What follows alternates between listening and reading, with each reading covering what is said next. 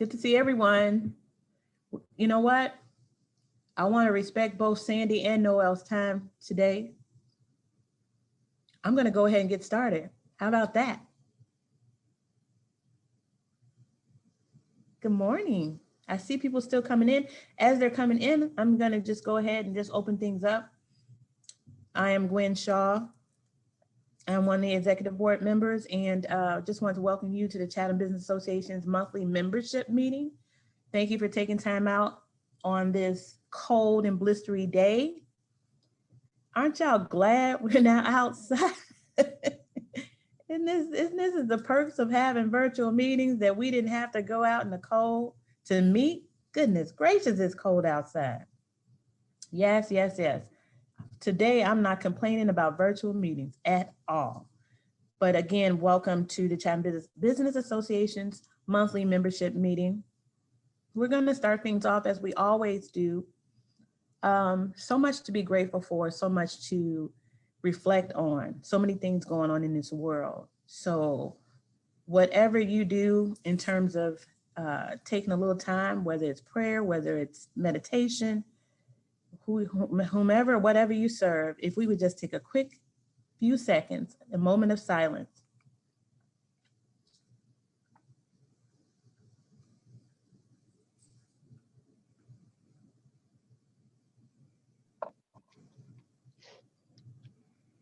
And I'll say amen. Okay, great, good. Got people still coming in. I want to go ahead and get the meeting going. And if you've been to the meeting before, you know that we like to give everyone a few seconds of fame. I do have two wonderful speakers coming up, so the quicker we get through this, the quicker we can get to them. So without further ado, if you would let us know who you are, whether or not you're a member, and the name of the company that you represent, or business that you represent. I'm going to start with such a pretty picture, Tammy. Good morning, and you're right, it is a cold day, and thank you for the virtual being inside. I am not a member, I am new to this platform. I'm with Community Blood Center. Our new home will be 7936 Cottage Grove in 2020. And I would like to announce upcoming blood drives in the community, asking for you all support through blood donations, or just share the announcement with your followings and constituents. There's a blood drive February 13th, this Saturday at the Dorchester Art Housing Collaborative. And also February 20th, Josephine's Cafe at 436 East 79th Street. Thank you so much. And again, please consider supporting us in the need for blood donations. Thank you, Tammy. I haven't done that in a long, long time. Hopefully I'm able to. I've been anemic for so many years. But... Well, we can talk about it offline to get you ready. Okay, then let's do that. Let's do that, definitely. Okay, thank you. Curtis Strong. Take yourself off mute.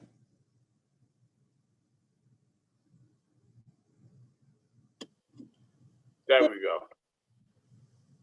There we go. Hello, everyone. How you all doing? My name is Curtis Strong of CNR Soul Food and Catering. We are currently not members. We currently don't have a place. We're just doing things out of a shared kitchen. So I was sent this email, and I wanted to see what I can do and how, the Chatham can help us get better, or do what we need to do to move forward in our business. Sounds good, Curtis. Welcome. Ms. Jenkins, Gloria Jenkins. Gloria staff. Oh, I'm sorry. Good morning. How are you? Good morning, Gloria. I'll come back to you when I introduce staff. Cynthia. Cynthia Love. Good morning. Good morning. Cynthia Love is staff. Cynthia's staff too? Yes. Okay, y'all gotta give me a staff list because I don't know. Okay. Welcome, staff. Thank you. Anybody else's staff that I don't know? How would you know who I don't know? Okay. Chandler, let's see. Catherine and staff.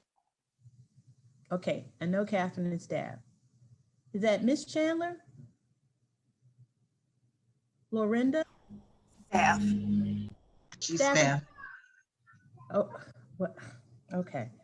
Okay, no, I know Mr. Millsaps is not staff. How about that? Are you there? Okay, he'll come back. Bernice Johnson Gabriel with the cute doggy.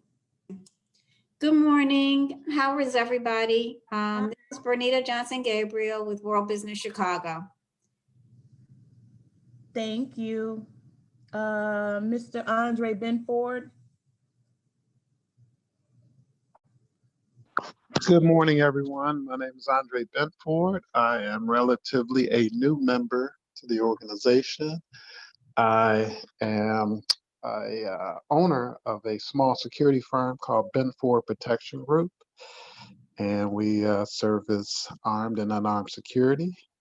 I've been a resident of the community for a while, just recently moved, and I am new to the group. Welcome. Thank you for having me. All right. Is that you, Frida, or is that Kevin? Frida Madison? It's both of us. What? Shut your mouth. Hey, Kevin. Hey, guys. Hello. Hey, Frida. Hello. And we're driving Gwen, so apologize for that. We couldn't show our pictures. I don't think Kevin. But hello, everyone, and Gwen and all of you guys. Love you all. Good morning. We love you too. Good morning. Good to hear you. Kevin, we thought that Frida had stuffed you away in a closet somewhere. Yes, yes. Happy New Year. Happy New Year to you too. Thank you. You want to say so? Well, I'll talk. But yes, Gwen. So we're Kevin and Frida Madison. We're owner of Madison Enterprises Incorporated. We're real estate contractors, property managers, and developers. We're members of CBA, and we're also graduates of the Future Energy James Jobs Act, sponsored by CBA. So thank you so much. Well, thank you. Okay. Tiffany O'Day.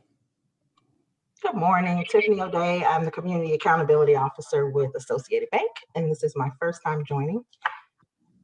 Welcome, Tiffany. Thank you. And look who just popped in. I'm going to introduce you now. What's up, Miss Towns? Say hi to everybody. Okay, I'll come back to you. I'm sorry, didn't have a mic on. Hey, Gwen. Hello, wonderful Chatham Business Association members. I'm Thyteria Towns with Chicago Public Schools, and I work in the Office of Business Diversity. And I was just having computer glitch issues this morning. So thank you for inviting me. And we're sending you a virtual hug too. I had a rough morning. If you see my eyes, all of it's puffy. So it was a rough morning this morning. Yes, yes. Thank you. Virtual hug, sister. Thank you. Ron Millsap came back on. Mr. Millsap. Good morning, everyone. My name is Ron Millsap. I'm the Vice President of Mission Banking and Community Reinvestment Act Officer for Providence Bank and Trust, local community bank, and also a member of CBA. Good to see you. Okay, that's E. Washington. Good morning, Eli Washington, Cook County Government Office of Contract Compliance. I will say I miss you all's wonderful breakfast. Hi, Carlotta. Hey, Gwen. Hey, Eli. everybody. Hey, good to see you. Good to see you too. I'll turn my camera on and put some clothes on. Okay, do that, please. Thank you. we appreciate that. Okay, let's see. Okay, some people are still connecting. That's Melinda connecting. She's showing her beautiful face. Jennifer Atkins, hey. Say hello to everyone. Well, good morning, everyone. Welcome. It's good to be here. Jennifer with the CBA. Hi, Gwen. Hey, hi, golf buddy. All right, we're all making it. It's Yes. good though. At least the sun's out. Yes, yes, it is. We're all in the nice warmth of our homes and offices. Right. Hi, Barrett. You want to introduce yourself? I see you. She's like, what's going on? Good morning. Happy Tuesday. Kiana Barrett, Director of Diversity and Strategic Development for Sterling Bay, and a longtime associate of the Chatham Business Association. Great to see everybody. Hey, Kiana, how are you? Hey there. Ooh, look at Melinda got a face going on today. Wait, okay. Who did I miss? That's not staff. Did I miss anyone that wants to introduce themselves? Tiffany. Hi, Gwen. It's Tiffany Smith with Neighborhood Housing Tiffany, Services. I'm sorry. No worries. There's two Tiffany's today, so it can be confusing. So Tiffany Smith with Neighborhood Housing Services of Chicago, member and Chatham resident. So excited to be here. And I ditto Eli's sentiment. I miss the breakfast too. Yes. We miss you, Tiffany. I don't even see you down the street anymore. Well, that's going to change. Our offices are going to be reopening in the next couple of weeks. So you will see me, at least you'll see my car in the lot. How about that? Okay. It looks beautiful too, by the way. Let's see. Chase Carthen. Good morning, Chase Carthen here with Diversity from Metropolitan Water Reclamation District. I'm connected by my phone today, so don't have a video available, but I didn't want to miss the meeting. No problem. Your presence is good. Okay. Okay. Did I miss someone aside from, I got Charles Cathy coming in from State Farm. Let's see. Okay. Oh, hi, Mr. Tony Smith. Hello there. How are you? All good. Great. Say a shout out to everyone so they know, we all know who you are, but just in case. Good morning, everyone. Great. We were waiting on you, Mr. Cathy. You just took your headphone off. We were waiting on you. You want to unmute yourself? Good morning, everybody. Sorry, I was in another meeting. Good to see everybody. Hope everybody's well. Charles Cathy, State Farm agent, 1652, East 87th member. Hope everybody's doing well. Looking good, Charles. Okay, and to our board members, Mr. Riley, you driving? Yeah, well, I parked. I knew this was coming okay. up. So good morning, everybody. Carl Riley, Fifth Third Bank. Want to let you know that we're here to support you guys with your banking needs. So if you got anything coming up, commercial real estate, owner occupied is my sweet spot. And let me know. Talk to you soon. Staying busy, I know, with PPP. Okay, Yeah. Go to the staff real quick. Miss Carletta Kelly. Did we get Did I get everyone? Did we get Janet Bell and Perkins? I did not. Go ahead and introduce them. Miss Bell, Miss Janet Bell, did you want to introduce yourself? No, or Miss Perkins, Pat Perkins? Patricia Perkins? Hi, good morning, good Perkins? morning. Hi, good morning, everyone. I'm just jumping on. I just got the email invitation literally this morning, so I figured I would join this amazing family and group of individuals. I am a career advancement mentor. I work not only with executives in corporate, but also small business owners in their private businesses to advance their businesses, to make sure that they are not only functioning from a life management perspective, but also from a profitability perspective. And I do that again with corporate executives as well as independent business owners. So that's me, native of Chicago, and I'm just excited to be here with these amazing folks. Good to hear your voice, Pat, and see your pretty picture. Thank you. Yeah, I'm normally Zoom ready, but I had a host of phone calls today. So it was one day I thought I wouldn't have to be on Zoom, but guess what? You got me. So there you go. You get my picture today. That's okay. I'm normally not Zoom ready, so. Hello. All right. Hello, can you hear me? Yes. Okay, Is that you, Janet Bell? I had to unmute. I'm sorry. Okay, my name is Janet Bell of JL Bell Properties. I own 24 single-family homes, and most are on the far south side of Chicago. And I am presently a non-member. Presently, I will Okay. We can change all of that, Janet. Okay. Today. That's for anyone. We can change all of that today, right, Miss Carletta Kelly? Okay. Any other staff want to say anything real quick? No, yes. Melinda, did you have something quick to say before I introduce? I'm going to go with Sandy real quick. Yes, first of all, I just want to thank everybody, specifically Tony Smith from PNC, Carl Riley from Fifth Third. I think Ron Millsap is on, and Seaway, as we rush to make sure that we get the businesses ready, that we understand the nuances of the program.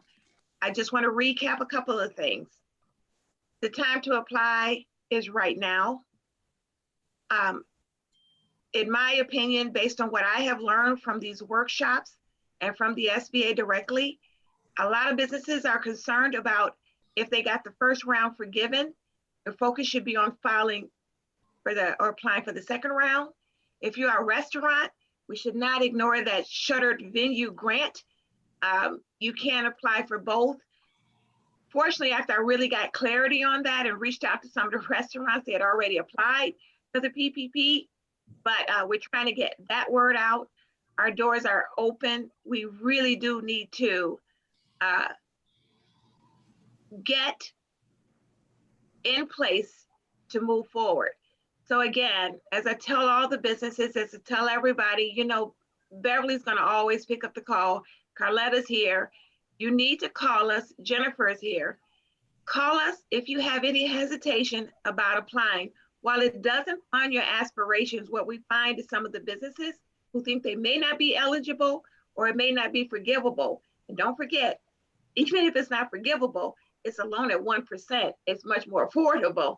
Let us help you think it through in this environment. And thank you to them for jumping on every call and being part of all the conversations and helping us flesh out. So, and thanks to all the people this morning who came to hear us and spend time with us. We know in this environment how challenging it is. We appreciate it.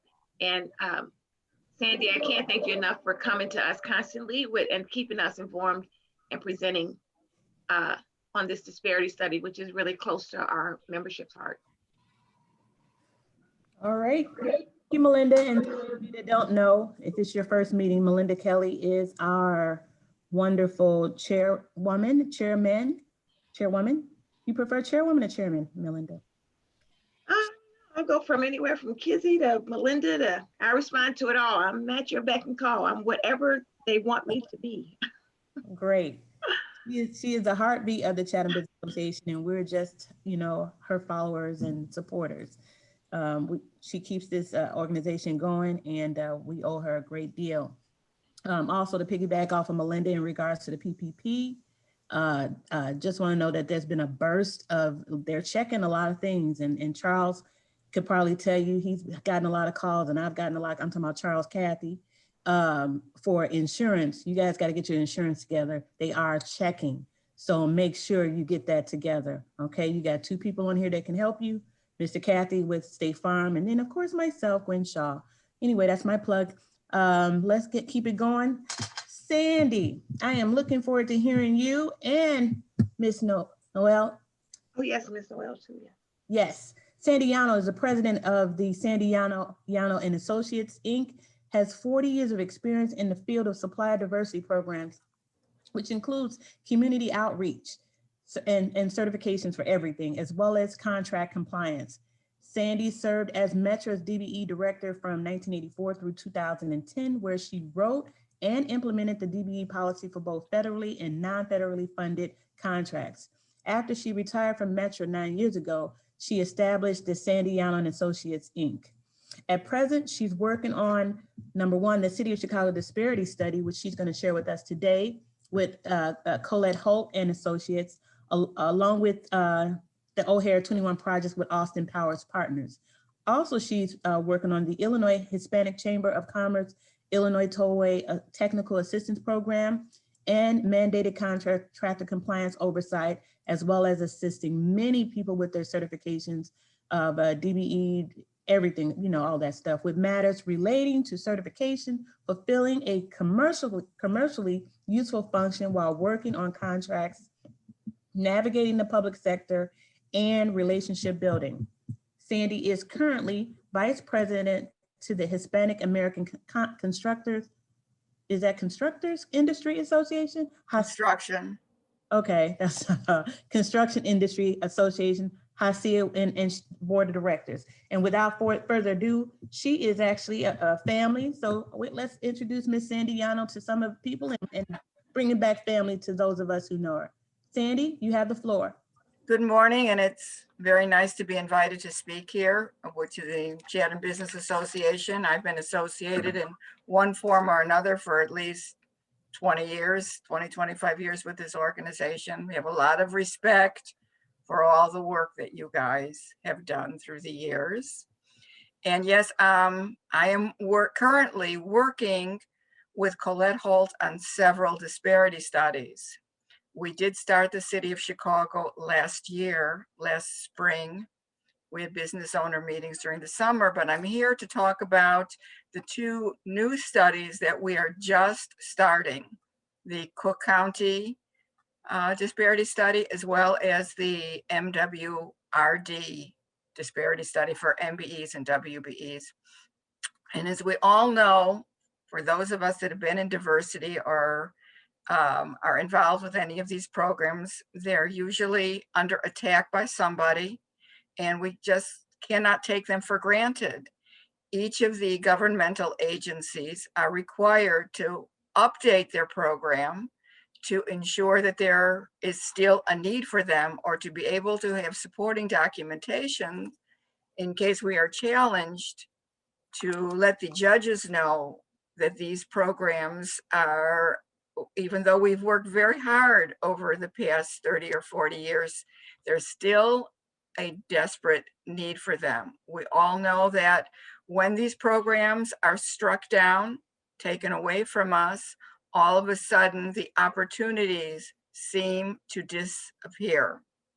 So I'm here to encourage the membership, and not only the membership or the non-membership that is attending virtually today, but anyone that you know that is doing business with Cook County or MWRD currently, in the past, or thinks they're interested in doing in the future. So we really need people to participate, and I will explain a little bit more about that as we go into the slides. So whoever is helping me with these slides, let's hit the first one. Oh no, I sent you the MWRD and Cook County slides. Okay, well, we can work from this. MWRD? I didn't see that one. Yeah. Yeah. Basically, the information is the same, but where it would say the city, it would be Cook County and MWRD. Okay, the study elements are the same. The agencies with whom we are working with right now are different. Would be Cook County and the Water Reclamation District.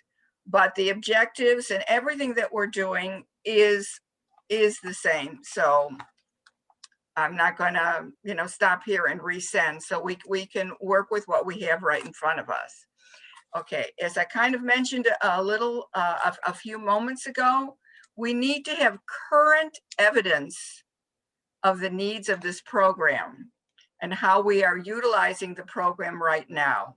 And we also need to evaluate the operations, how each of the agency runs their programs. We evaluated, we're not finished with the city, but we evaluated how the city of Chicago runs their MWRB program. Everybody has a policy and a procedure, and we do review those, and we do ensure that the agency is following their own policy and procedures. And we're in the process of starting to look at the policies and the procedures of both Cook County's MBE, MWB program, as well as the Water Reclamation District's MWBE program. There are two other processes that we go through here. One is the quantitative process. We look at, Sandy, yes, do you want to use the correct one? I have it up. if you have it, because if it doesn't take long to put it up there, it would be nice to have the correct.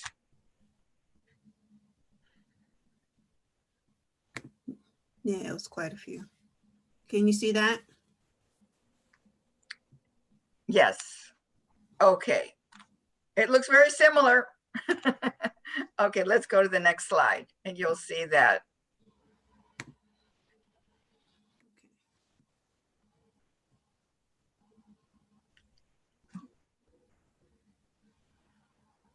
Keep going. Next slide.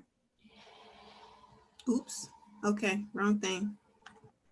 Yeah, you have to download the presentation and then open it up in PowerPoint. Okay.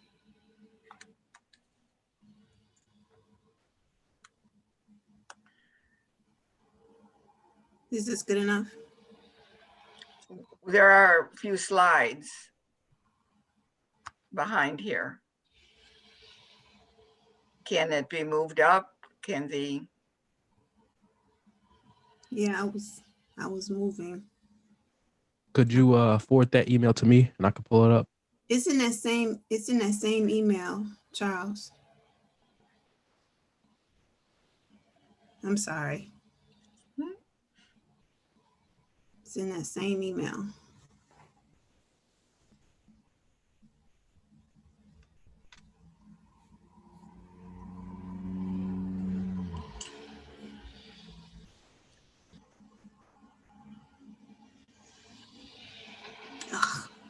I don't have that one.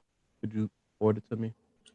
Well, you know what, we can use the city's one, whatever is that we can put up on the screen to keep things going. If you think you can share it in a couple moments, I'd be glad to wait. Okay. Just let me know what you want me to do. Okay. Okay, I just sent it again. I'm sorry. Because mine keeps going into PDF instead of PowerPoint when I download. Did you get it, Charles?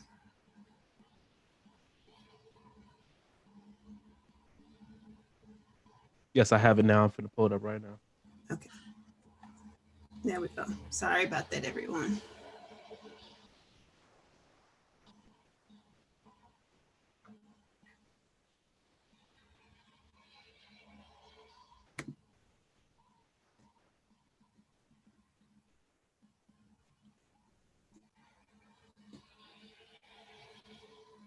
Okay. Let's go back one slide. And it shows you when we Colette Holt and Associates, I've been working with her as her boots on the ground in the Chicagoland area, because Colette moved out to the West Coast and now she's living in Texas. But anyways, we worked on the Cook County disparity study several years ago, and we also worked on the MWRD that we are updating. And we're going to go through contract data from 2015 through 2019. Go on to the next slide. Okay, we're going to be collecting contract data for the past 4 or 5 years to look at the goals that were set by the agency over the last couple of years, to look at the project-specific goals that have been established. And we're going to ensure that the agencies are following their own program. Okay, and then we're going to have a qualitative process, which is where I'm mostly involved in, and that's collecting the anecdotal data from the different stakeholder organizations, such as the Chatham Business Association and individual business owners. The point of the anecdotal data, which is, as Colette would say, the most important part of the study, is after the number crunchers on our team go through all of the contract data and know what the goals were set, how much money was spent, how much money went to MBEs, how much money went to WBEs, where there are disparities throughout, the Chicagoland area. All of that is collected. And if there is a lawsuit, that data naturally is presented, to the judge. But what the judge really likes to hear when Colette has to defend a situation is the real life stories of the contractors, the barriers that still exist, whether it's financial, whether it's getting bonding, whether it's getting insurance, getting equipment for their businesses.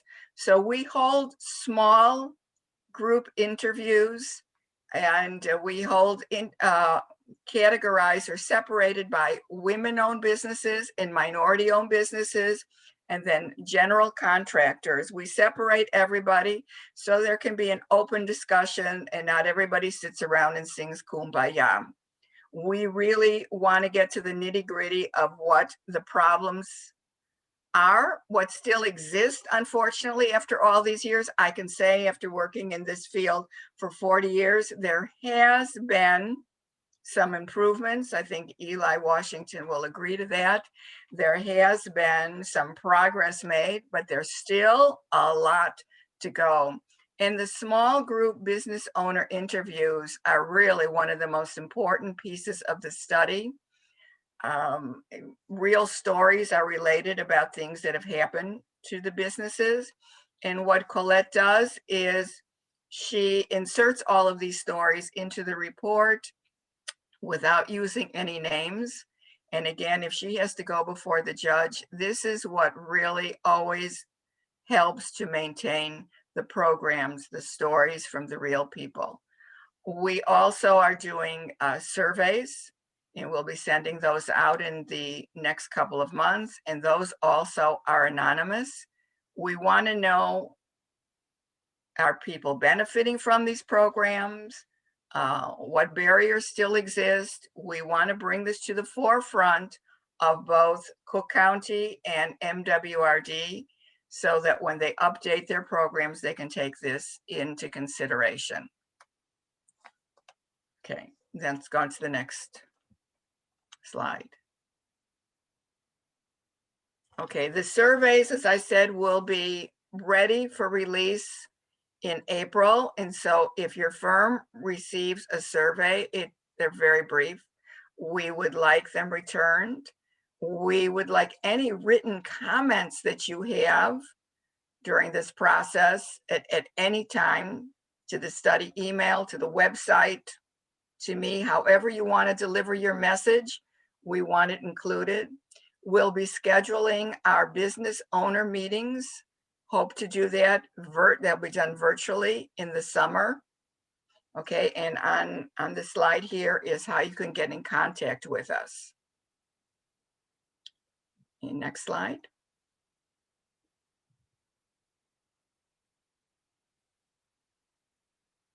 I think the next slide might be the last slide. Anyways, I'm here to answer any questions that you might have.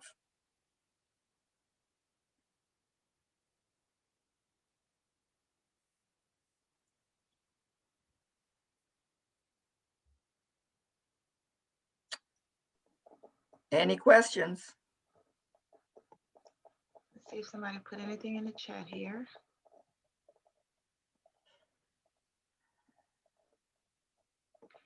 So just to recap, I just do need to make sure all the businesses understand how important, and Sandy may have, my phone was ringing and talked about this in the beginning. This program is one of the most unique programs, I think, that exists.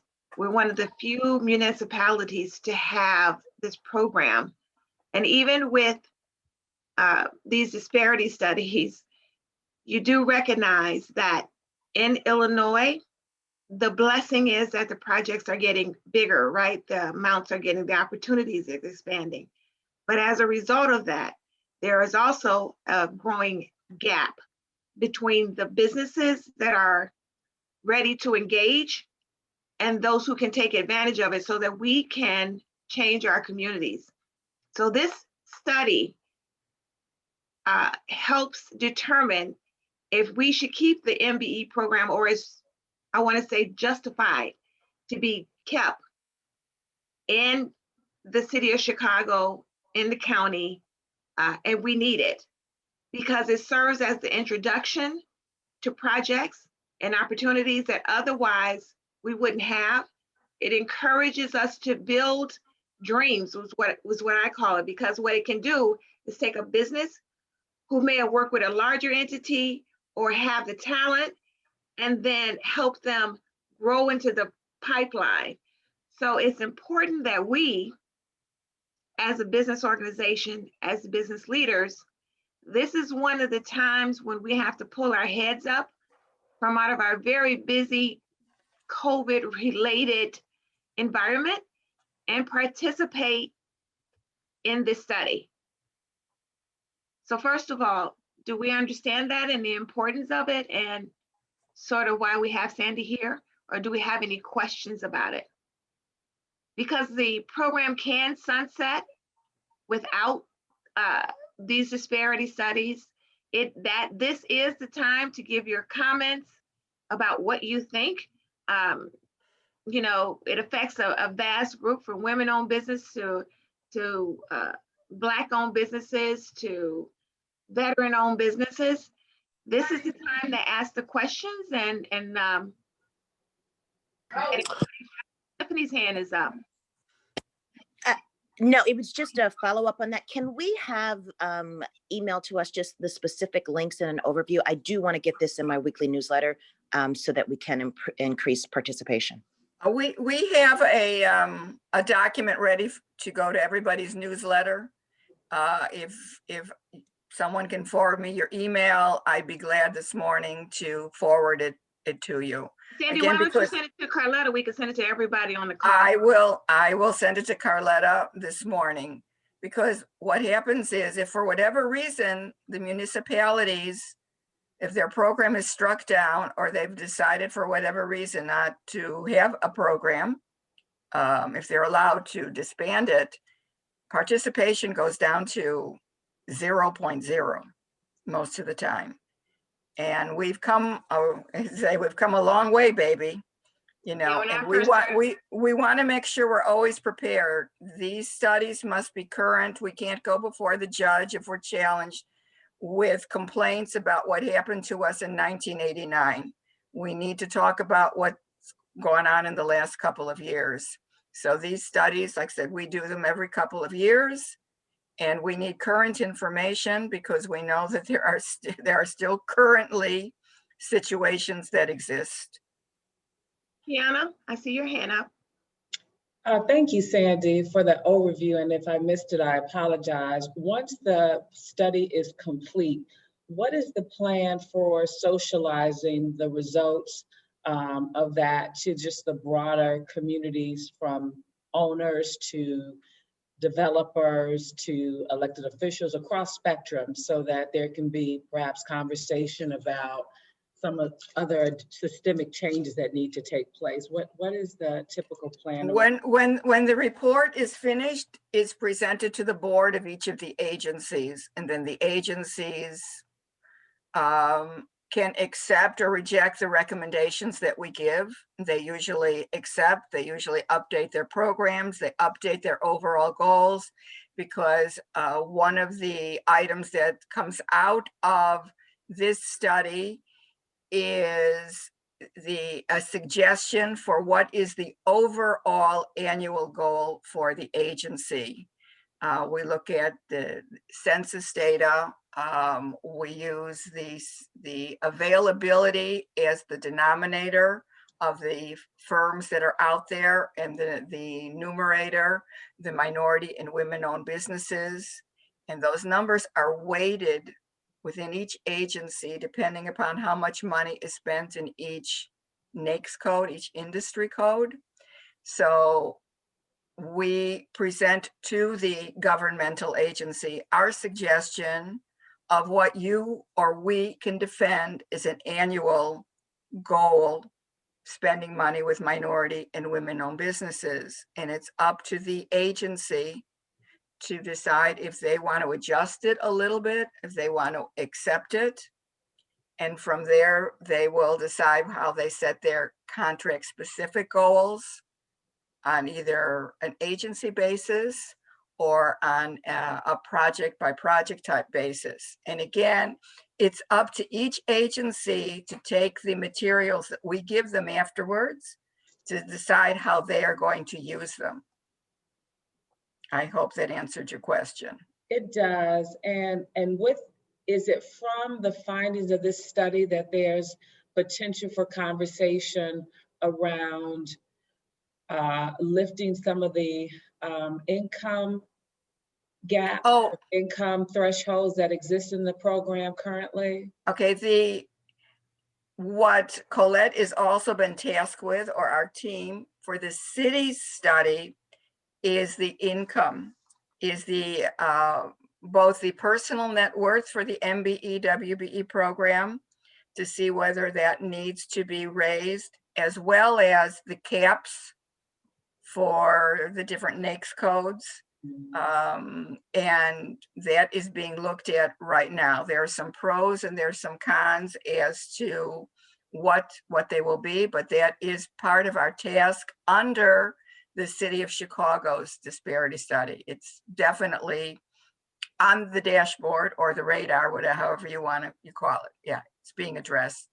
And on that note too, Sandy, you should know under Congresswoman Kelly, under her small business advisor, she's allowed us to look at the SBAs and provide written recommendation on if they should increase their size standard to raise their personal net worth, because that will affect. Oh, yes. Yeah, we're trying to show the correlation between the two. To be quite honest, speaking for a CBA and based on our information, we don't think that it's the best idea for the city to do that with the minority pool, because we don't want to put this program at risk in any way in a legal jurisdiction. So the thought was, if we can look at the SBA standards, which they haven't been looked at in years, ask them to increase their size and their personal net worth, it would positively affect the city, who has been following those guidelines for years. Melinda's absolutely correct. If the SBA, the only thing that they've done, well, the US DOT did for the DBE program, is they raised the cap for businesses from 23.98 to 26 point something right now in the last month or two. But a lot of the NAICS codes, a lot of the other industries were not raised at all. And it's been many, many years, probably at least 10 years, I think, since contractors codes went up from 14 to 16.5. That would be the easiest and the safest way for programs to raise the cap, because the problem being, it's a double-edged sword. We all know, with all of the opportunities that are out there now in the Chicagoland area, in the public and in the private sector, everybody's going after the same MBEs and WBEs, and those people, those firms that are ready to work on all those projects now have to look at their gross receipts and decide, who do I want to work for? Who pays better? I'm going to graduate from the program. Do I risk working for an agency that pays me or doesn't pay me? Do I want to go with the private sector? I'm going to graduate from the program. Do I want to graduate from the program? What do I do here? Those folks are looking to have the cap raised, and so are the general contractors, because they want to meet the goals for the projects. But then comes the naysayers, you know, that can challenge the project, the raising of the cap and the program, and say, what do you have to support the raising of the goal of the caps? And if there isn't something substantial to go before the judge to say we want to raise these financial caps, we put the program at risk. Yes. You know, and this is what you call a real tightrope. And I think that we all realize, even those of us that are conservative in this area, and as to Kiana's point, they do need to be raised, but we need to make sure that we don't shoot ourselves in the foot. Yes. And that's the problem. And as Melinda said, if the SBA would come out with something in the next couple of months, it would solve a lot of problems for us. So go Congressperson Kelly and get it done before anybody, you know, before we shoot ourselves in the foot. We just don't want to do that, because like I said, we met with the city a couple of years ago to talk about this. And one side of the room was, let's raise those financial caps. And the other side of the room was, well, you know, we don't want to lose the whole program. But we've been tasked with this, and Colette's working with it with a high-powered PhD economist on the West Coast, who is a minority and is very, very entrenched in all this, and they're trying to assist so that we can come up with the right numbers. But we would prefer the SBA do it for us. Anything you could send me to make, I think we got a presentation. We got Senator Hunter, Congressman Davis coming up soon. So we'll work I will mention it to Colette if there's anything that we can forward to you. Okay. Kiana, did you have your hand up again, or was that from left over? And Kiana, I'm always available. I'm glad to see you're working at Sterling Bay. I mean, we're all in this together. Like I said, I didn't leave after I retired. This has been my passion, you know, for my whole life. And I want to make sure it continues and it works, because like I said, we've gotten somewhere. We are not where we want to be, nor where we should be. But without the programs, I don't know where we would be. I just want to mention, when I first met Sandy or started at CBA, we were at less than 1%. And I'm speaking specifically about Black businesses, for a program that was created for us and by us. So as Sandy said, we got a long way to go, but it has increased tremendously with a lot of adjustments and legislation being put in place. So we have to continue that fight. When as we talk about these rail projects and these larger, and I meet with the leadership of Black businesses, I'm amazed that some of them are afraid to take larger contracts, which is their path to grow and change in our lives, because they don't want to get out of the program. I've never had a program that has a graduation level where nobody wants to get out. So we've got to figure that out and take this each and every way and look at it. Ms. Towns, I see you're on from CPS, who just had a meeting with all the agencies. How are you? Oh, I'm doing good today. Thank you so much. And Sandy, thank you so much for presenting. But this is so timely for me, because I had a meeting with LGBTQ representative yesterday, Jeremy. And Jeremy, so he brought up a question to me, because our goals are 30 and 7, 30% minority owned business, 7% women owned businesses. And we've been doing, on the trend with market rate for our contracts. But he asked me, were we looking to, extend our goals to LGBTQ? And I was like, we're looking for disparities within the minority community. And I actually just want to bring it up to you. Are they looking, or are you and Claudette looking to go towards? We've included those different organizations as our stakeholders, and anything that they have to contribute to us, Okay. we are going to pass on. They are Okay. they are definitely on our list. We talked to them last year, even before we started the city study. I think we talked to them last year, and I'm the person that makes all of the contacts. And I will make sure I reach out to him again. We're Okay. trying to be as inclusive as possible, and going back to what Melinda said, and not to sing kumbaya here, but a lot of this is relationship building, and solving each other's problems. I know when I was working on the Red Line a couple of years ago with Kiewit, and Melinda had one of the big contractors had a problem. Between Melinda and myself, we were able to reach the right people to ensure that that contractor did not lose the opportunities. We just have to keep working together, all of the organizations, whether we're public, whether we're private, whether we're an assist organization. And I think that that's been, again, one of the great things about the Chicagoland area. And I know Colette would be in agreement to say that the Chicagoland area has a strong program. I mean, just look at Eli, who's on here. He's been around, for forever too. We're all still working together. And I'm working on some things with MWRD. It's just amazing how we're making it work.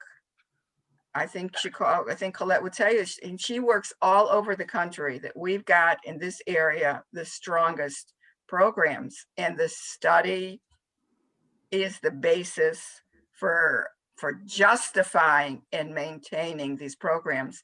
So that's why I'm being sent out to talk to all the different organizations and provide newsletters or whatever information I can, because we need the comments.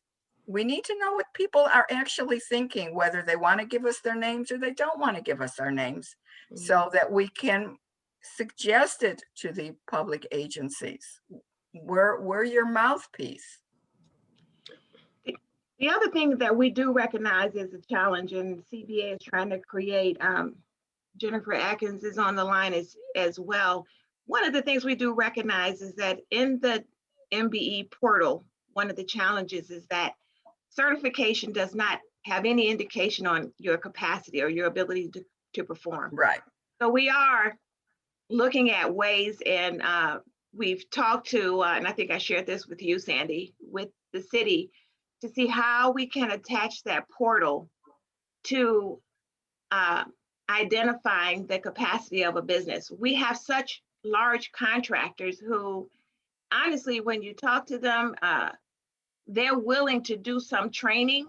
So my point is this: if a FH Passion who's willing to help certain businesses do estimating, I want to say, and they're in the MBE portal, it's important for a larger majority owner to know that that business has been taught that expertise, because we have to help actually connect people to contracts and certification. If, we need to take that a step beyond. So my point is, we're not ignoring that fact.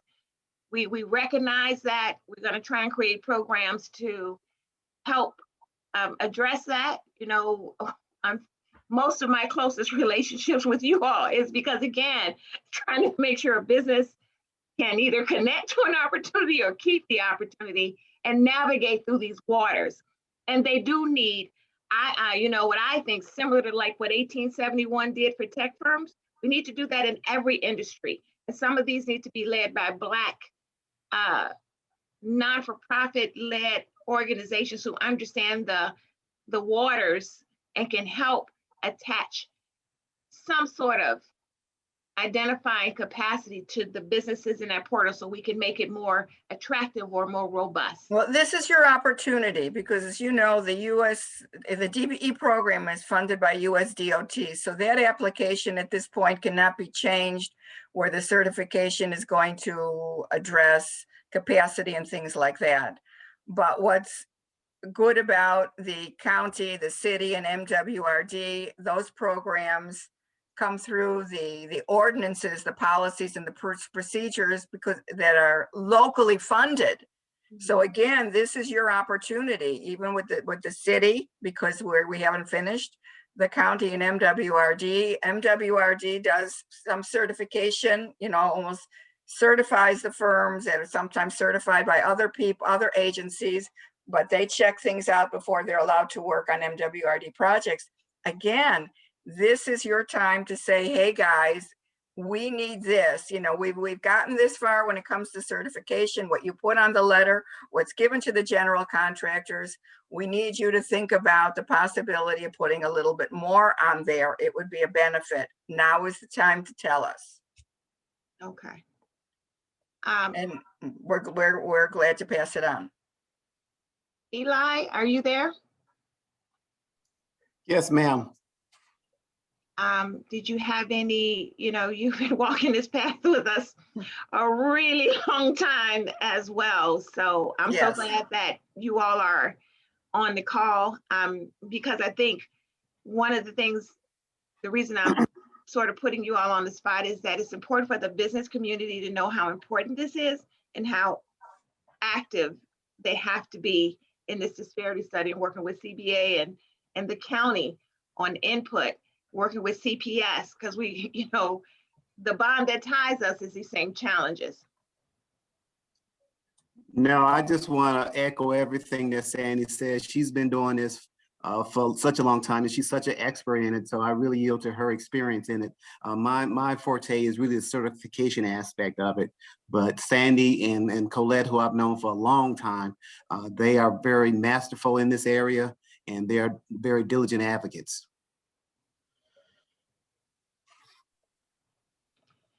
Any other comments before we move on? This is so important. And Sandy, thank you so much. You know, we'll be working closely with you to get these surveys done, and anything else you need. You and I, you know, we've been meeting with the city and on the federal level. So I need to keep you involved, you and Colette, so that you can Okay. try and see if we can make some movement. The good news is on the congressional level, they're open to it. They're open to the conversation because they recognize that there's a problem. So I Okay. need to start putting you into those too for, you know, the reasons we talked about before. There's new leadership at these agencies and they're looking for new leadership.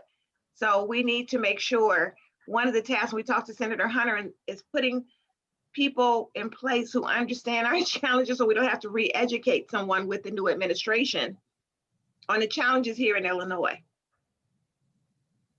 from a federal level. And Melinda, the fact that we have a friend in the White House, I think that's going to be a big help. Yes. Yes. So if you all will hit your reaction buttons and say thank you to Sandy, or thumbs up, or thanks for fighting a good fight, our best to Colette, I will turn the meeting back over to Gwen. Thank you, Melinda. Thank you, Sandy. We can continue the discussion later, of course, but we definitely want to bring in Ms. Noelle Curtis. Ms. Noelle Curtis has more than 15 years of experience in supporting businesses with strategic planning and coaching, along with managing her own company within the beauty industry, and is partnered with her husband in a private consulting group. Grounded in principles of Lean Six Sigma, Noelle encourages entrepreneurs to continually work towards improving their companies and pushing their goals beyond their comfort level. Noelle is currently the business development manager and a primary business coach at New Covenant Community Development Corporation. And Noelle, I just want to say thank you and appreciate you for coming back this month. And you have the floor. Awesome, thank you. And Sandy, that is awesome information. It's so timely, honestly. One of the things that we've been working on the west side, New Covenant Community Development Corporation, so grateful that you all are allowing us to get the information out to your members. We have a business financial dashboard course that we offer. The mission of New Covenant, for those of you all who are not familiar, is to establish community sustainability through entrepreneurial economic development via classes, workshops, and one-on-one business coaching. Chatham Business Association, I mean, I'm just in awe, honestly. The touch that you all have had on the South Side is amazing. And I can say New Covenant, we are like babies by comparison to the work that you all are doing. So it's awesome to see an organization so robust doing so many great things. So just to jump in, the origin of our business financial dashboard course was because there's an economic desert in the North Lawndale community on the west side, and major data supports that, as we all know, economic development leads to more stability in jobs and homes and overall health of a community. We knew that our entrepreneurs needed to prepare better for personal and company financial growth. And this program fills a gap in the business ecosystem for more comprehensive understanding of how to run a small business by the numbers. So our class totally focuses on the financial number side of a company. The facilitators have well over 20 years of combined business experience in real estate, nonprofit, distribution, manufacturing, media, et cetera. We bring in government insight through the SBA, and a co-facilitator actually has commercial insight as well, commercial banking. So our format is, we were in person, obviously before the pandemic, but now we are at a virtual presentation for a 7-week course. It's 3-hour time frame blocks, and our next session starts Thursday, February 18th. We moved it to an evening. It's from 6 p.m. until 9 p.m. And throughout the course, we will introduce and dissect the 3 major financial documents for a company. And that's in a combination of case studies as well as the companies being able to use their own numbers. So profits and loss sheets, balance sheets, and cash flow statements. One of the beautiful things about this is that if our participants are really serious about their companies growing, they start to see different key performance indicators before the end of the class to help them determine any financial pivots or adjustments they need to make within their decision-making process. And they'll understand how and if their company is actually making money, and they'll be able to have more logical conversations with their accountants, with their financial advisors, with their investors, and even to join into, programs like we just discussed. Can they actually pursue and hold contract and opportunities? One of the other benefits we've seen is that people start to grow stronger in their personal financial management skills as well. So it really turns into a twofold financial literacy and education. Our companies that have participated have typically been for-profit companies. While we do work with non-for-profits, we just realized that a lot of our community company owners come to the table with an idea, but they don't understand how to make that idea profitable. So we've seen a lot of property owners who have multi-residential units, and it's been interesting to see how they go from being afraid to increase their rent rolls to actually generating profit for different properties. We've seen chefs and caterers and other food brands be able to grow and develop and change their strategies and structures.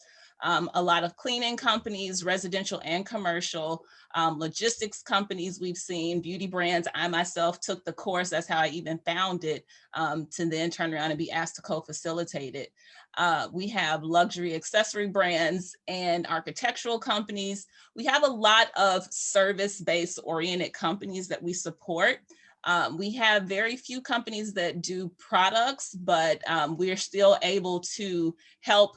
No matter what industry you're in, the companies understand that, hey, if you don't have these 3 major financial components, you're going to be kind of stuck in your company growth overall.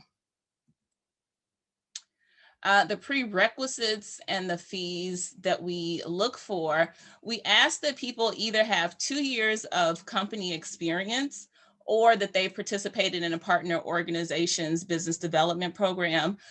Basically, we want to make sure that they have an understanding of how their company operates, but then also that they have had some sort of interaction within their company so that they'll have tangible numbers to work with. The course is $50. It's non-refundable. You get from that a jump drive with work-in resource templates that you can use. And throughout that, we also do one-on-one coaching with the financial information to make sure not only that you're understanding the information that's being presented in front of you, but that you're also able to implement and transfer your data into those templates so that you have work-in files. And there's the contact number for our office manager, Ms. Doreen, who handles our registration for the class. And that's my presentation. So if there are any questions, I am certainly open to it. Noelle, this is Melinda. First of all, thank you for doing this. You know, one of the things we found is that if we can make a business understand their financials, we're on a road to growth. If you can have all the talent, but you gotta understand the financials. And if that's not your forte, like someone like me, you gotta build a team around you to do it, and you have to understand your financials. I wanted to go back to there was a point where you said something about referral member organization. So I'm assuming that Chatham Business Association would be considered a right. So we can would you work. tell me how that works? I apologize. Yeah. Oh, yeah. Absolutely. So we would work to make sure, one, that you all have sort of vetted the companies, if you will. You can refer them to us. Hey, they've participated in our program. We know they have a viable company that they're working on, or they are at the point where they know they need to understand their numbers more, mainly because in the class, we really want them to dive deep into their numbers. So this isn't, do you know your target market? This isn't, do you know your, customer base? It's none of that. It is strictly, are you making revenues? Do you know your gross profit? Do you know your operating expenses? We really start to delve into the heart of the company's profitability. And then even when we get to the end, like we go through key performance indicators. So we look at liquidity. We really do a deep dive into these companies' numbers. And it helps them be able to adjust their activity, right? Maybe they didn't realize they were underpricing their service. Maybe they needed to figure out, oh, this expense line is really taking up more of my revenue than I anticipated. So we really would want to work with an organization where they've already gone through that sort of foundational company establishment. And Noelle, the other question I wanted to ask, in light of, as you know, the city just awarded NOF, so I think 22 of them were awarded, and on the southeast side, we haven't even looked at the west side. Yes. The city referred, 13 of them asked us for support. Most of it is, how am I gonna finance my project? Mm-hmm. And in light of the fact that the PPP is out, I know your program took it's a 7-week course, which would take us beyond both of those deadlines. Mm-hmm. Is there any thing, and we would be love to work with you if you're open to it, if you don't have it, where we can refer folks to get them ready for these like short-term programs? Like for instance, the banks, there's these different lines that, a lot of the businesses would need to know to put in. Mm-hmm. Do you have anything like that? Or are you open to working with us so that we could expand our bandwidth together? Absolutely. So Ronald Millsap, we actually funneled quite a few companies his way. So we do operate as sort of a middleman for the businesses in the banks, right? So instead of the questions bouncing to the bank offices, like, well, what is this? Where do I find that? They come talk to us and we will walk them through and make sure in the coaching, right? Do you even track your revenues, right? Because what we discovered last year, I spent 90% of my calls last year walking company owners through the difference between a W-2 employee and a 1099 contractor. I'm like, no, that's not, there is a difference. And we help them understand the lingo. We absolutely do that. We realize that, a lot, like we said, a lot of companies, they start, right? And they're like, oh yeah, I have a company, but they're not making profit. They're just making enough to meet a need that they have in their homes. And so this helps them to say, okay, I'm really gonna put all of my information and resources into making this company grow. So yes, we definitely be happy to work with individuals outside of the class. Yeah, we had several people who wind up finding us because they didn't qualify for NOF because, again, they didn't have their financial documentation in order. With the PPP and even with the EIDL, like they didn't even know where to look to figure out what their revenues were. And it was like, okay, you know, let me meet you where you are, but we're going to give you a big amount of data to go through, and we take them through vocabulary. You know, we get them talking, okay, your company is in the industry of, or in the business of. So we help them with a great deal of understanding. That's great. So Jennifer is on the line, and then she's probably going to follow up with you with the one-on-one so we could talk about that, because the bottom line, if you don't know where your profit is, we can't get you a loan. We can't, you know, it's hard to put you on that forward trajectory because you can get a contract and it could put you out of business. Absolutely, yeah. And it's so funny that that Sandy was my co-presenter today, because we had Commissioner Dennis Deere come on last week, and we were talking about we have a lot of companies that say, oh, I want to go after a government contract.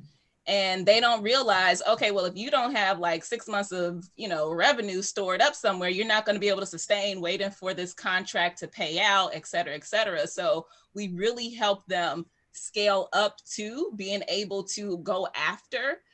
We work with a lot of new company owners. So they're coming from, oh, I have this idea, I've been working on it at the kitchen table, to, okay, now let's help you get this more solidified and really get a solid grasp of those numbers. And that's what we discovered, that they have very little understanding of the numbers. And it's sad because you see really viable companies suffer because they just don't know how to categorize. They don't even know what the categories they should have for their industry.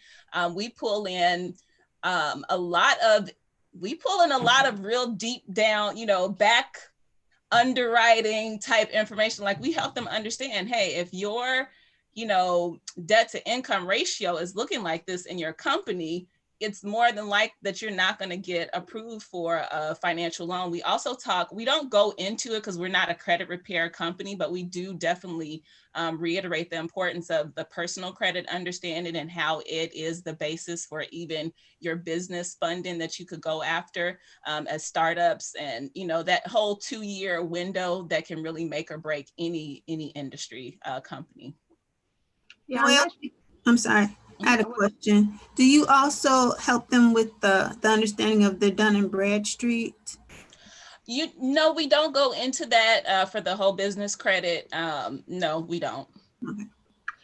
And I don't know if Bernita Johnson Gabriel is still on from World Business or not. Let me see. I can't see if she's in the chat room. But one of the things we're talking about is in this environment, you know, I was a coach at 1871 and some of the other business. We've got to get into inviting investors and venture capital into our business. So we can't get the basics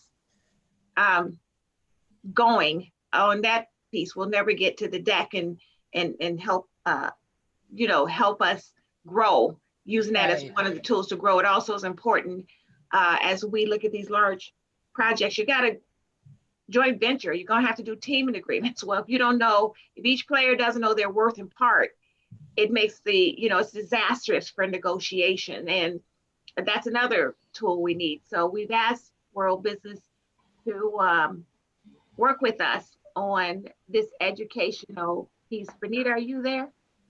I am. I'm here. Oh my goodness, look at this here on that. That's not her, that's her baby.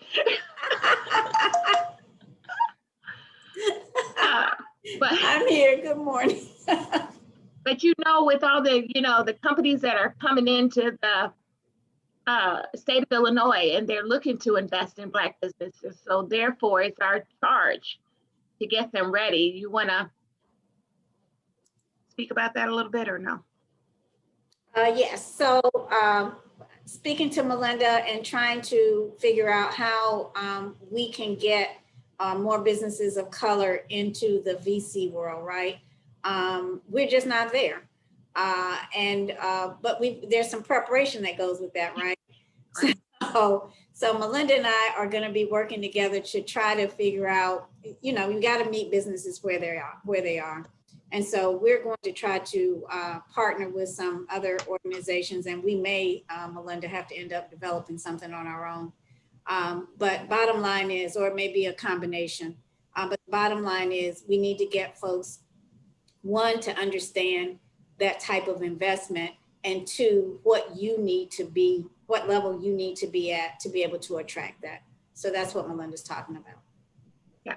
And that's awesome. We definitely love to be a part of the conversation, because we find so many, I mean, I can't tell you how many people I talk to on a daily basis who have these wonderful ideas. But the next question is, well, where do I get the money? And it's like, well, if you haven't, invested in yourself and have that owner's equity component at work and haven't figured out a strategy for growth, from a financial perspective, it really does turn into a complication for them to scale up and even be prepared to talk about seed funding and, have conversations about venture capital. I am waiting for my first IPO company to come out of the West Side, right? But it's like, they look at me like, what do you mean IPO? Yeah, okay, well, we can help you get there as long as they're willing to put in the work. So we do have the rare unicorns like Tidy Up Expert. They joined one of our programs, and they've been all during COVID have flourished. They finally hit like 10,000, not to put their business out there, but they finally hit that monthly, revenue that can make or break a company, right? And be the difference between, I can now leave my 9-to-5 W-2 employment and I can focus on this 100% of the time. So it's exciting to see, but also it's a little overwhelming for people if they don't have a safe space where they can feel they can ask the questions. And like you all said, we really do work to meet them where they are. Well, hey, Melinda, Tony, just quick on venture capital. There actually are 2 African-American firms that actually have launched pretty significant programs over the last year. Creative Capital, and it's spelled Create, C-R-E, the number 8, T-I-V-E, and then the Urbane, U-R-B-A-N-E Fund. So probably worth Googling the 2 to see what they're doing. They're actively courting CEOs across the country to raise money. I don't know how successful they've been yet, but we know that there's a move to do that. Okay. Tony, can you repeat that so I can put that in the chat? Creative, C-R-E, and then the number 8, T-I-V-E. And I'll forward you some emails, exchanges they've had, even with our chairman. So we're looking at these again. Absolutely, there's a need for more venture capital in this space. African-American focused venture capital firms. And Nicole, we got to meet. Noelle, I'm sorry. So I already sent an email off to Melinda saying, get me this lady's info.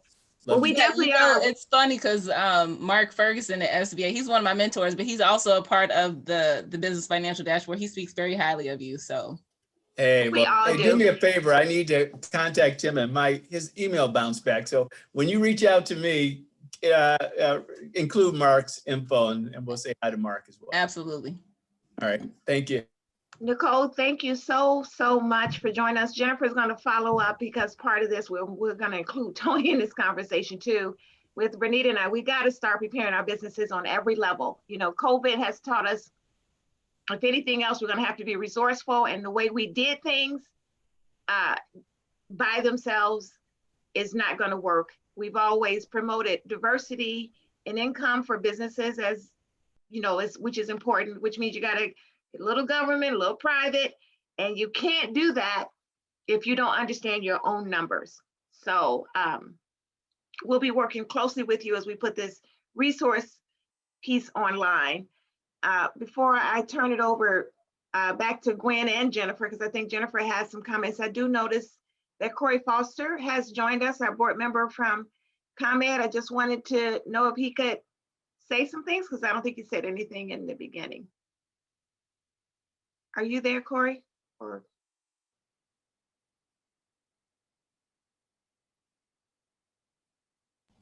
his audio is connecting still. Oh, it's connecting still? Yeah. Okay, Gwen. So I'm turning it back over to you till he can get his audio. Okay, real quick, just take care of some quick business. We didn't approve the minutes. If you members have received a copy of the minutes from the prior meetings. How many did you send me, Carletta? 1 or 2? I just saw 1. Yeah, that was just December. So okay, so if you could take a quick glance at December's, thank you, Charles. December's meeting minutes, and if we could just take care of this real quick and approve them. If there are any corrections, please state that. Otherwise, put forth a motion to accept the minutes as read with no corrections, and then I need someone to second that motion. Members, any members? We have a few. I'm a motion that it's, I'm a member. I'm a motion that it be entered into record. It is, as is. Second. All right, thank you, Tiffany. It's been moved and properly second. All in favor? Okay. Aye. And aye. Aye. Thank you. All right. Just wanted to get that out the way. And that's all I have. Melinda. Jennifer, you want to chime in? Yeah. We're trying to get Corey to say something, but he still hasn't. So if he comes on, but go ahead. Hello, everyone again. So I've got some not so great news, but some great news. So it's kind of, we're in the middle here. We just learned yesterday of about a $10,000 LISC grant brought to you by Verizon. So I'm going to put the link in the chat box. We gave it a look over right now. So the not so great news is this: it's due tonight. So it's due by 11:59 p.m. tonight. But the thing is, you only need to give basic information. You don't need to upload documents or anything. So it should be fairly easy to do. It's probably like 4 or 5 pages of it's an e-form. It's an online form. So I'm going to put it in the box here, share it with everyone. Okay. We want everybody to have a shot at this. And yeah, $10,000. It's a grant. Okay. That was all. Also, Ms. Jennifer, if you can still apply for this LISC grant if you receive the PPP. Okay. Thank you, Beverly. Jennifer, you want to talk about Chatham Cash a little bit too before we go? Okay, sure. So we are just about there on getting Chatham Cash launched. Again, it's the Chatham Local Buy campaign where you basically earn cash for shopping within the SSA 51 shops. So you can buy anything from food to getting your laundry done. And your car wash. What would you say, Melinda? When will it be ready to go? We should be within the next day or two, but you can begin looking at where you want to shop by going to our website at www.cba.org and hit the Chatham Cash page. We've got a great partnership with Black Coin, which is a company and Black Mall, but Black Coin can track your spending for you so that we can make sure we give you the correct rewards. So there's no reason in the world from dentists to get your car wash, to buying products, to buying popcorn, to buying Nike, to getting prescriptions filled, to AT&T. If you come and look at that website to just going on 75th Street and strolling and getting barbecue and sweets and everything else and getting reimbursed for that, or treating someone to lunch, we want you to look at the page, begin to shop, and you will get a notice from us to proceed. We're almost done. We're finalizing a few things, but we're really excited about this program. Yes. So start going there and you will, we're gonna get some PR behind it and make sure that we can get as many people from outside the community to shop within the community. We've got to get these businesses through this pandemic. They're strong businesses. They've weathered a lot. We feel this boost, along with the resources we're bringing from PPP to IDLE to even with what Noel is doing, with what we're doing in partnership with World Business, with working on a disparity study and connecting you to opportunities.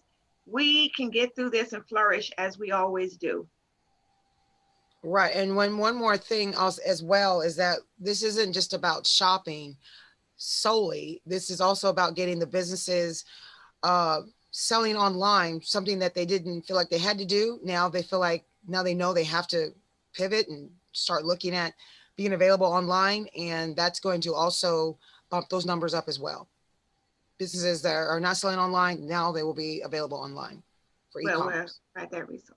Yeah, our members should have gotten that $10,000 grant link yesterday. I emailed it out if you didn't, members. Yeah, unfortunately, they opened it yesterday, they're closing it today. So click on the draw, but we can do it. Yeah, let's do it. I do want to mention applying, it's like that's the first tier. That's why you don't have 20 documents. Then you kind of get vetted and pushed to another pool. So you do need to answer those questions correctly, I guess, in order to get to the second stage. Yeah, you apply and then you're selected from the short application process that they offer online to become a finalist. So once you PPP apply, is first. yeah. Okay. And I want to encourage everyone, even though you're on the Zoom, to please go to our website and register for this meeting. So I'll make sure I can email all associated documents and information to you. Thank you.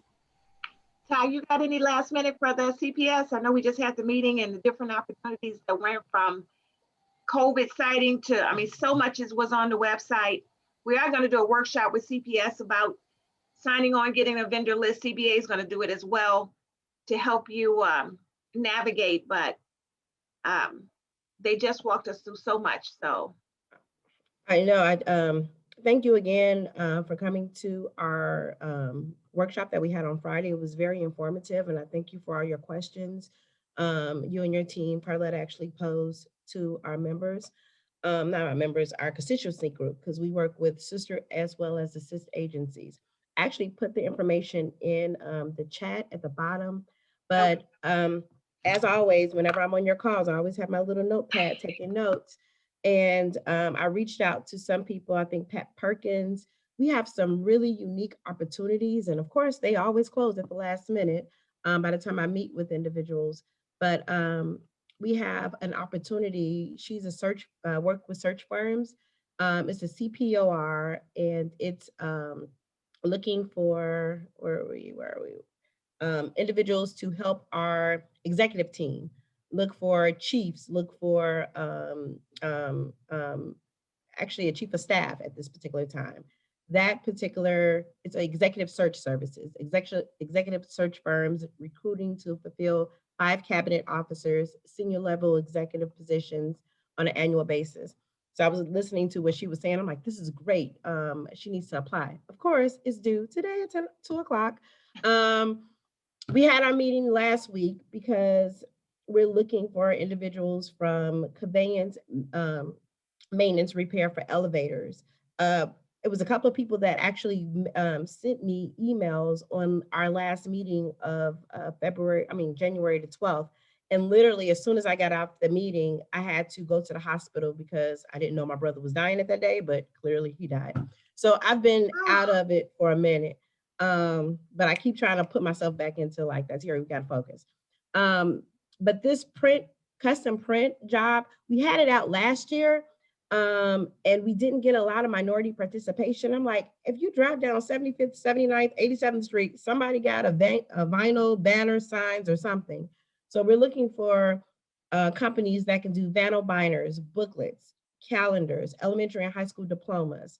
It's a certain company, they got a lock on that. I would tell people, we don't have to continue to go through them. If you have a viable business, we can, go through other organizations. Pamphlets, personalized cashier receipts and pads. When you think about Kenwood High School, they market everything from the outside of the school to their notepads will have Kenwood on it. So if you know people that can do that, we're looking for individuals. Posters, report cards, and school certificates, wall decals, yearbooks, and just miscellaneous printing. Yes, we are working we're remote working as far as the internal staff, but our kids are going back to school as of Thursday. So there are things that's going out that we really do need support in. And procurement, I feel like this is a department that we just never sleep. So people send me emails at 3 o'clock in the morning, I'm going to respond. Working with Melinda on something that was really huge that Chatham Business was working on last month, was looking for integrated pest management services. Melinda and I, we found a list of people, but a lot of people went out of business due to the pandemic. But guess what? These school buildings have been closed for a while, and I guarantee you they have some pests up in there. So we're looking for businesses that's dealing with pest management, inspection, mitigation, termination of bugs. That is actually due on February 17th. Even though I actually put, the information in the chat box, I just want to give you guys like a little blurb of it. High school curriculums, anybody that can write and support curriculums. We have a big team in education, to high school science, to physics, but they need individuals to, sometimes you could be book smarts, but you don't have the other smarts that you actually need when you're writing these items out. So we're looking for individuals that can help write curriculums, water treatment of services, groundskeeping. This is like snowmageddon that we're living through. It's going to snow every other day. So we need someone to make sure that we need groundskeeping, landscaping, mowing, trimming, maintenance of green space, and of course, snow removal. That contract is going up for renewal, and I think that's due on February 25th. If you know of any businesses, I am here. Like, if they can send me an email, I promise you I'm gonna respond back to. Well, I'm sorry, for 3 weeks, I wasn't responding back to emails. I will see it and be like, I'm out of it. But now I think, I'm coming back to normal. And our timekeeping software, and if I'm not mistaken, I just saw 2 new ones that were added from this morning. Nope, timekeeping was my last one. So if you guys need any information, I'm here. I'll put, thank you so much. I'll put my information in the chat. Shoot me an email. I promise I'm not leaving from this desk for 2 days. So I got you. And thank you again for inviting me again.